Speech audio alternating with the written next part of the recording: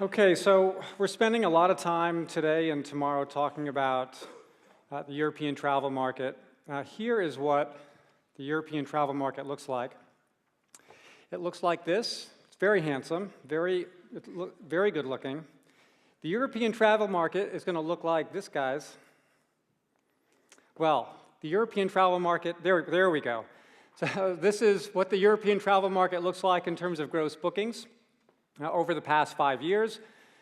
If you think about what's included, what we included in this sizing, there are 6 key traditional categories of travel: air, car, hotel, cruise, tour, and rail. Actually, for most of the conversation at, frankly, events like this, we really spend a lot of the time talking about just 2 segments, and not without good reason, right? Flights and hotels account for the vast majority of industry revenue. Quite frankly, for a lot of us here who are focused on the world of technology and distribution, probably flights and hotels accounts for an even bigger part of revenue and, for that matter, profitability. But if you step back from that industry perspective and think about actually the travel experience, how travelers plan their travel, what they think about, what they dream about, or for that matter, your last vacation, or maybe you're thinking about a vacation, what are the kinds of things that you think about for that trip? What are the kinds of things that you envision? Well, I don't think most of us are thinking about the flying experience. So, all we're thinking about here is, so just back for a sec. So all we're thinking about here is is how to buy those tickets very cheaply.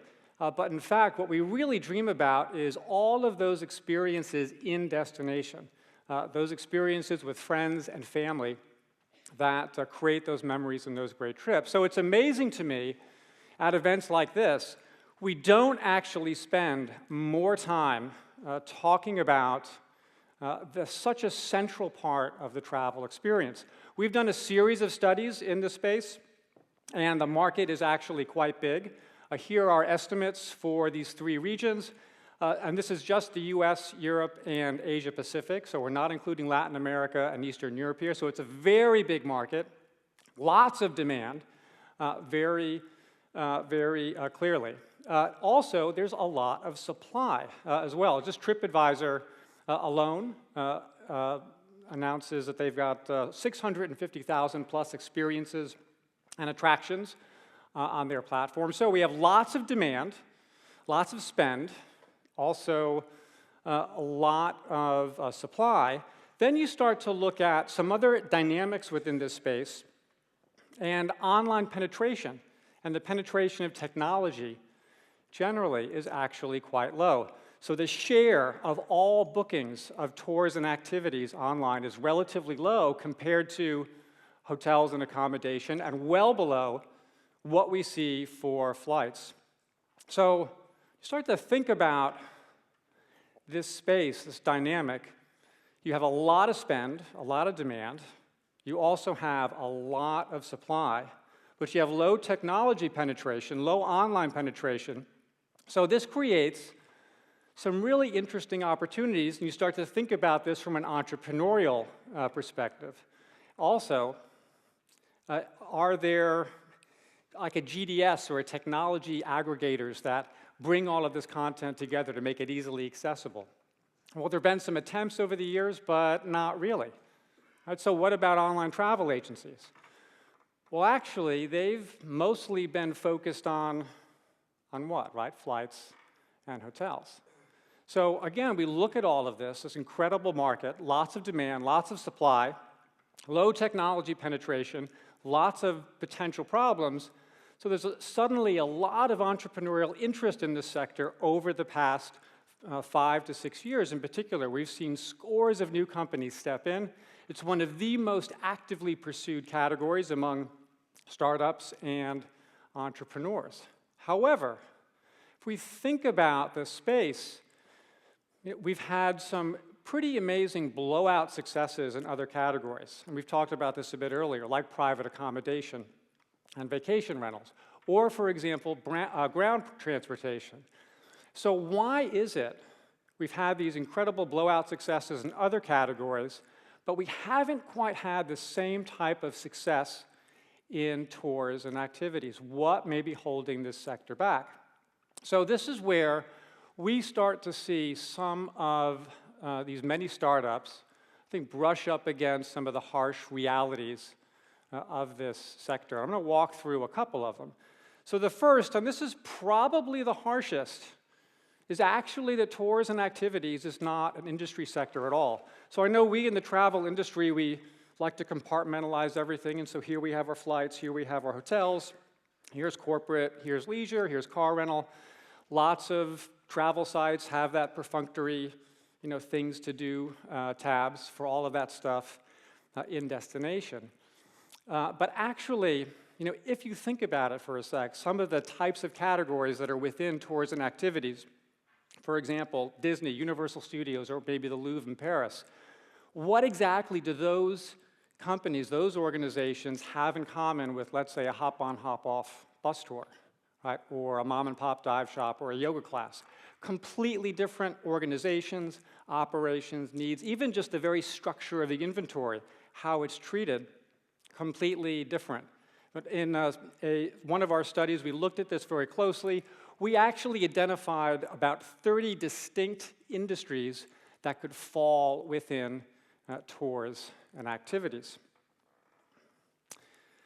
So another harsh reality is this long tail of supply. So we did a study a couple of years ago. We surveyed suppliers in the category. A couple of really striking findings came out of that. So first, we look at just the size, gross sales, gross travel, gross bookings volume. 1 in 3 do less than $250,000 US a year. So that's really quite small. And I think actually by our survey methods, we were actually weighted towards larger, more sophisticated companies. So you have a long tail of very, very small companies, and I think that our data may be overrepresenting those larger companies. And we also look at technology spend. So 2 out of 3 of those companies spend less than $25,000 a year on technology. Now, the cost of tech has been coming down over the past, several years, for many years, but even so, we think about the needs of a modern travel company today. $25,000 a year is nothing. It's absolutely nothing. So when we look at things like connectivity with distribution companies, with tour operators, with online travel agencies, we start to see how these companies are doing it. And no surprise, a lot of that is actually happening in a very old school type of way. And we looked at how they handle those reservations, those bookings. The vast majority are happening through some type of manual process, more than 4 out of 5. If you actually add in the extranet, right, where it's still a manual process, you have a staff member going into a website and making an adjustment, then it's more than 90%. So this has some very significant implications for the opportunity for distribution, especially when we look at how travelers are increasingly discovering and finding and ideally booking tours and activities.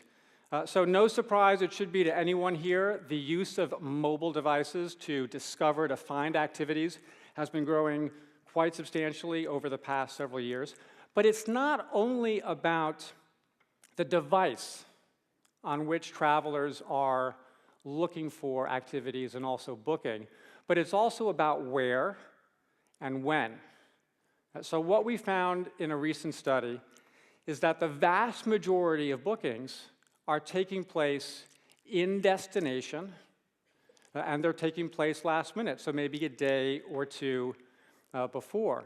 So when we think about the challenges around how travelers are looking for these products and booking them, you need to have this kind of last-minute connectivity, last-minute availability.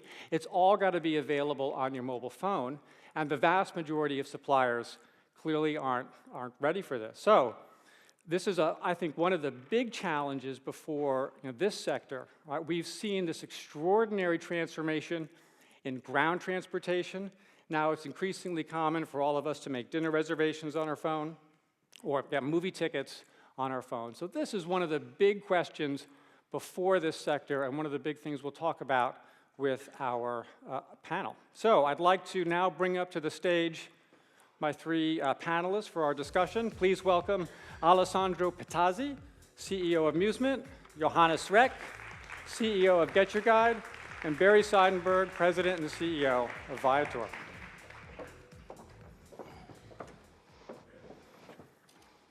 Okay, welcome, guys. Hi. So I threw out, Barry, you're very far away with that table. I know. I'll squeeze. So I threw out some stats about the supply side, and I mentioned that we did do that study a couple of years ago. So I just wanted to get a sense from you. Is that, I mean, obviously you guys have been busy doing all sorts of stuff, addressing a lot of those problems, but would you say that there's been a lot of movement in the last couple of years, or is that data, is it still pretty reflective of kind of the state of connectivity and distribution and technology and so forth? Alessandro, you want to kick things off? Well, I think that compared to the data you showed, the single paradox that we see is that the mom-and-pop shops are the ones which are more likely to adopt our access control infrastructure, for example, which we give them for free, and therefore, paradoxically, they have a higher percentage of venues accepting mobile ticketing and having instant availability and instant booking capabilities. Compare, for example, to the larger institutions, and especially the state-owned institutions in Europe, which have a very old legacy access control infrastructure which prevents their ability to accept mobile booking still today. So that's, I think, a bit of a paradox in the evolution of the industry, that the smaller guys were really business-focused because it's really the money. So they're actually more nimble and able to respond, but, yeah. But you're not having kind of direct, connectivity and real-time, two-way interfaces. They're still accessing through an extranet. And, yeah, it's still an extranet, but at least they can, with an Android app, they can scan the mobile codes they receive, and therefore they can have a kind of a relatively easy access control infrastructure. And you can support kind of last-minute mobile. Yes, yes. And what about mobile ticketing? Yeah. We launched a couple of weeks ago the thing which I think is kind of the end goal of the vision, which is localize the push notifications if you are close to a place which accepts both mobile redemption and instant availability, which are the two things. And right now, this is supported on approximately 10 to 15% of our inventory, but again, paradoxically, more the smaller guys, the smaller museums, the smaller attractions, not the Vatican museums of this world. Johannes, your thoughts on this? I think there's been massive movement on the supply side in terms of connectivity. It's definitely something, I think, looking back, that we at GetYourGuide most underestimated over the past couple of years. And it really varies, though, by the kind of supplier that you have. So I agree with Alessandro that a lot of small suppliers tend to now move to like one of these platforms that you just showed on the slide earlier, so like the small reservation systems. I think where there's still massive problems is with the big attractions, to be honest, who are completely insensitive to mobile ticketing at this point in time. And that's also where the biggest consumer problem is, because consumers want to book something, like want to book an Eiffel Tower ticket on their mobile and then walk in. But that's technically not possible today. And those big attractions are often state-owned and don't really move fast. I'd agree with Johannes. There has been a lot of change in the last few years in particular. A lot of those companies that you mentioned are companies that we've integrated with. So we've integrated with over a couple of dozen of these systems that support inventory management and tools for the supply side. And that is really critical for this market to unlock the real potential. It has to be in mobile, in destination, and customers have to feel that if they're purchasing on their phone, that they can get instant availability, instant booking, and know that that's going to be successful for a tour. And I'd also echo what Johannes is saying on the attraction ticketing side. That's something where we have done some integrations with the big systems. It's not easy to do. Lots of work. There's lots of things going on at those attractions. Many of the key attractions are government-owned or they're nonprofits, which makes it even a little bit harder. I know some of the things Alessandro has done has been really creative solutions, providing access control or other ways, because mobile ticketing is something consumers really want. So can you share a little bit in terms of the number of suppliers that are in your networks? How many are mobile ticketing ready? Is it still pretty low, or? Well, for us, it's on the attraction tickets in terms of the attractions themselves, the numbers are pretty low. We have had some good successes with people from Versailles to the Empire State Building to a number of them, but it's slow and steady going, and we're, again, looking for some creative solutions. We've made more progress on the inventory management systems, partly because we've been doing it for a couple of years, and partly because these companies that you've mentioned have really made some inroads, and so you connect into some of those, and it's easier to get traction with the suppliers that are on those systems. And when you talk about mobile ticketing, are you talking about, so this is it's a barcode or a QR code, and then it is scanned, and then it automatically either rejects or accepts and connects with the back end? Yep. Yeah. I mean, there's multiple ways to do it. I'm sure you guys do the same. But yeah, you want a mobile barcode that goes direct to gate access. So no exchanging for a ticket, no standing at a bunch of different lines.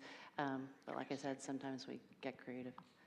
And how about you guys? Still a very small percentage, or?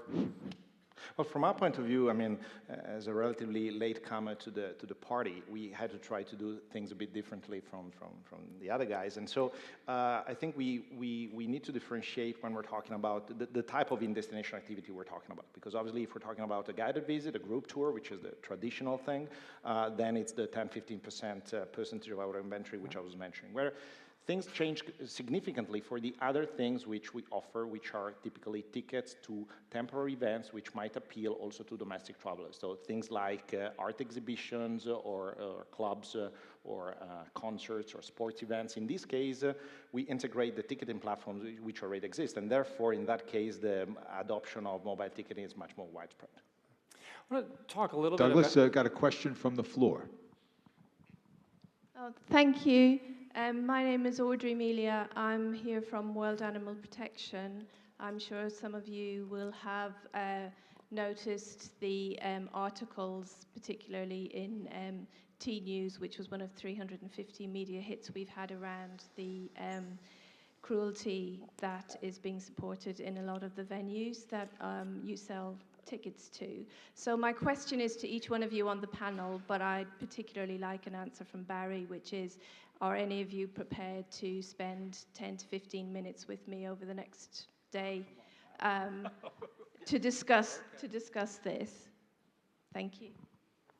Well, I'll take that since you mentioned my name. And yes, I would be, of course, willing to speak to you while I'm here.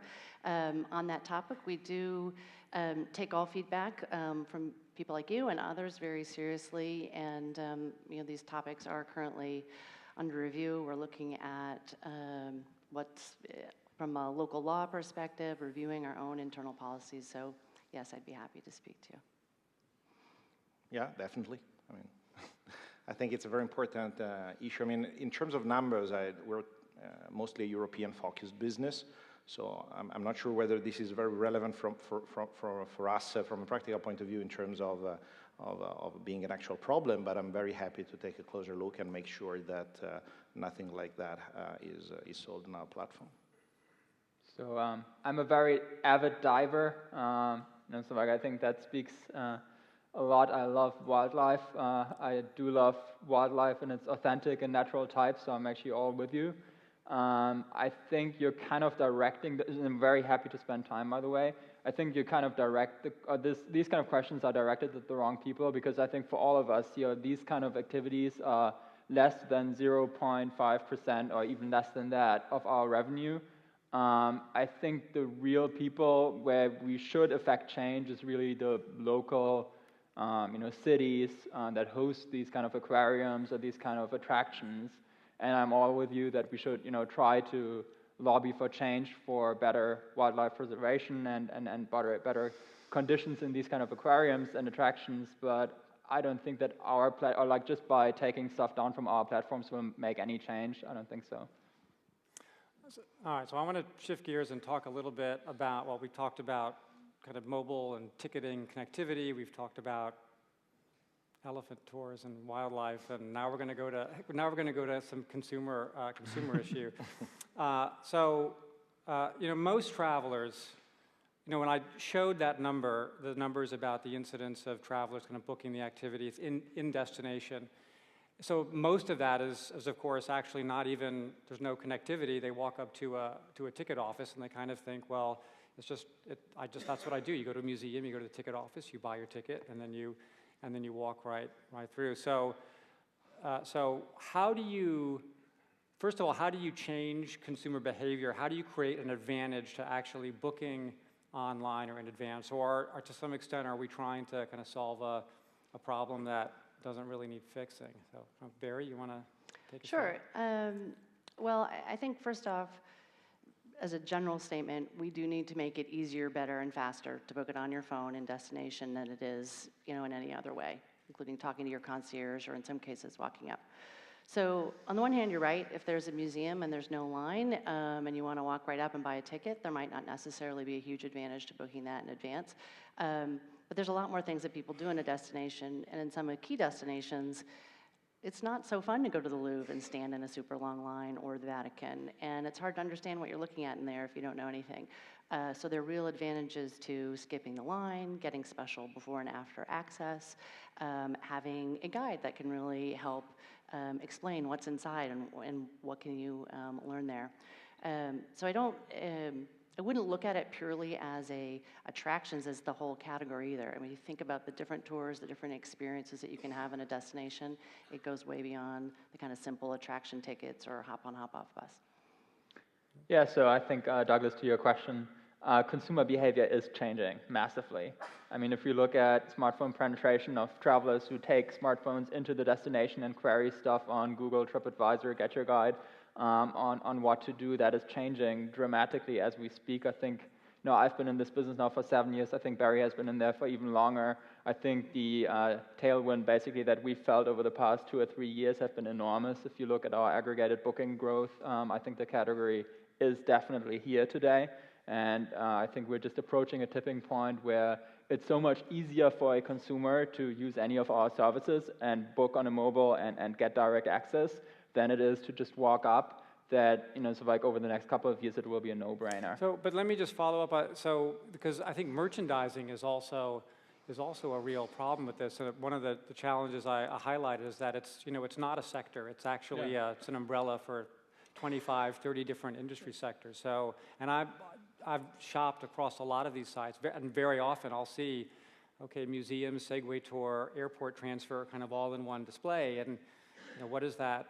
That's kind of a very disjointed consumer experience. I mean, how do you think about all those different activities and merchandising? Yeah, from our point of view, I mean, I'm fully with you with the fact that it's not a sector, first of all, but there are various ways to segment that non-sector. And one way is to look at the type of subsectors you have in it, as you did in your presentation. Another way to segment it, and one way that we use, is by the impact that the activity has on your overall trip, so the importance of the activity. Obviously, there are activities like if you want to run the New York City Marathon, then probably you're organizing your whole trip to New York based on that. So the activity is something crucial, you book it well in advance. In other situations, the activity is not so crucial, but still you have a perception of a reality of scarcity, like the Last Supper in Milan. You probably know that unless you book it 2 months in advance, there's no chance you get in. And then there's the whole long tail of activities that you could easily go there, no queue, and just get in. But then typically the problem you have is not the access component, but the information and discovery. You're not even aware that certain things exist. And so that's why we added an editorial and an algorithmic recommendation layer on top of the booking element to make sure that once you are in destination, you're surfaced with things which might be relevant for you. Maybe there's no queue, but if we make it easy for you to book and we give that extra information, we think that's a way to engage customers. Yeah, Johannes and Barry, how do you think about that personalization mobile? What are some of the things that you do to tailor those results? Mm-hmm. So I think personalization is going to be the end game of this vertical, of this industry, as you call it, and I think it's going to be massively important. However, I strongly feel that all of us here are just getting ready to basically surf the fat tail. I mean, even all of the top things to do, like the top 5, 10, 15, 20 things to do are not really massively penetrated online, and we're just getting to basically, making a difference for those guys. And I don't think that the long tail will play such a big difference over the next 2, 3, or 4 years. It will, play a big difference over the next 10 years. But I think, right now it's really just about to, flip this sector online. The sector is not online yet. It's just getting online. We're doing a massive offline-online shift here. But ultimately, personalization and mobile obviously will be key to really surfacing something that travelers really want to do. But keep in mind, most of the travelers who come to Paris want to see the Eiffel Tower and the Louvre. Yeah, that's So I think that's Yeah. the... I do think, though, that merchandising is a key challenge and something that we've continued to focus a lot on. We don't feel like we've cracked the nut, but particularly on mobile, as we have a real relationship with a customer, we know where they are, what they're doing. Maybe they have scanned one of those mobile barcodes. We know they've just left the Louvre. Maybe it's raining. We know they're traveling with kids. So if we can surface relevant offers, things that are interesting and meaningful, and have the sort of trusted sidekick feeling if you're a traveler in destination, that's something that I think will really resonate with customers, will get them coming back again and again, will help us to get a bigger share of the travel spend in any destination they visit. So it is, I think, as Johannes was saying, a real key to unlocking the potential here. I think there's a broader tectonic shift, though, that also goes into sort of plays into all of our cards, and that is, and I've seen that massively over the past 2-3 years, that the big platforms like the Googles and the Facebooks of the world, and also the big OTAs like TripAdvisor or Expedia or Booking, actually take much more of an interest now in serving the traveler and destination, and they do have a lot of data about travelers, right, which plays into the entire personalization theme and sort of suggesting people actually relevant things when they are on the go. So I think this is basically the platform on which we will all leverage growth over the next couple of years. So, Johannes, you mentioned that most travelers, they go to Paris, they want to see the Eiffel Tower. So I want to segue into talking about kind of the future of kind of the product as well. And I want to play a video if we can. Can we run that advertisement? Don't go to Paris. Don't tour in Paris. And please don't do Paris. You sell some of those, right? Some Segway tours? Very popular, by the way. Yeah, exactly. There When you Airbnb in are Paris, segments for customers for each of these. Okay, I think we're good. I think we got the point. Unless, or we can watch the rest of the video. don't go to LA, don't go to New York, don't go to Tokyo. That's great. Thanks. I just did Sensor G 2 weeks ago. This last Tokyo site, it's really amazing. You should go. So even if Airbnb tells you not to do it, it's good. Do it. So they're obviously, I mean, like as you guys have said, I mean, those classic tourist activities in those destinations are a big part of your business, a big part of a lot of people's business, and Airbnb is kind of making fun of that a little bit, but they've also launched their experiences product as well, which seems to be, from what we can see from the pilot, more of a kind of unique and a kind of peer-to-peer driven type of model. So I would like to get just kind of your reaction to the to the commercial, but also your thoughts about kind of the future of the product. Are you seeing more kind of less interest in that kind of classic tourism product and more demand for differentiated types of experiences? So. Well, I'll start by saying I think that's a fantastic ad, and I think it really resonates with Airbnb fans, and I'd say I'm one of them. And I do think there's a place for peer-to-peer experiences, and what Airbnb is doing is very brand consistent. But I don't think it's an either-or, and I certainly don't think that people are going to stop going to the Eiffel Tower. But I would say that people have used sites like Viator to find the best way to experience the Eiffel Tower or the Louvre, and to have get interesting access or some special information that you can't really get on a peer-to-peer basis. I'll also say when I was in an Airbnb recently in Sydney, the host, well, she was great. She's obviously really busy, and she left us a list of all the cool things to do, which included things like taking surfing lessons on Bondi Beach, or taking a seaplane up the coast, or a behind-the-scenes tour of the Sydney Opera House. And those are all things that we offer on Viator. So I don't think it's a either-or situation, and I don't think that Airbnb has sort of the lock on things that are interesting or peer-to-peer. But you've opened up your marketplace to more kind of smaller and independent providers. How are you seeing that perform? Quite well. I mean, and I think that a lot of the experiences that we provide, the cooking class in Paris or the different kind of unique things get a lot of pickup. And those are the things that you can't find at a concierge. You can't really find them by walking around at the equivalent of Fisherman's Wharf in San Francisco. You find them on sites like Viator or TripAdvisor. Yeah, and Johannes, I think GetYourGuide actually originally started as a peer-to-peer platform. Is that right? So I take a slightly different view because of that. So ultimately, I don't think the peer-to-peer market exists in tours and activities because ultimately, what are you selling off? When you sell off your apartment on Airbnb, it's basically a perishable item that is not used because you don't use your apartment when you're not there. However, if you're a tour guide, what are you selling? It's your time, right? And ultimately, you can only do that if you're a professional at the service or if you have too much time on your hands, which very few people do. So ultimately, it's a professional market. It's small, really interesting providers that Barry is talking about, but that is, again, sort of like where you are in our market. If you want to have my totally honest opinion, I love Airbnb. I'm a host myself. I've used the service many times. This is a PR stunt, in my opinion.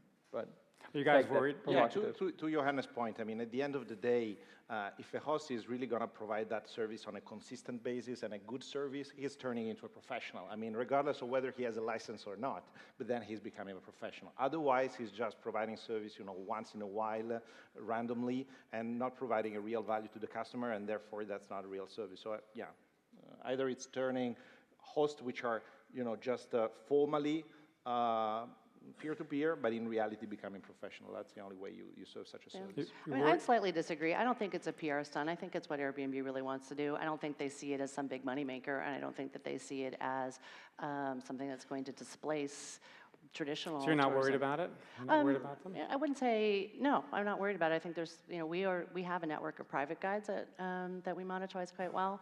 And I think, again, it's not an either-or situation. It's very complementary and obviously goes very well with the Airbnb model.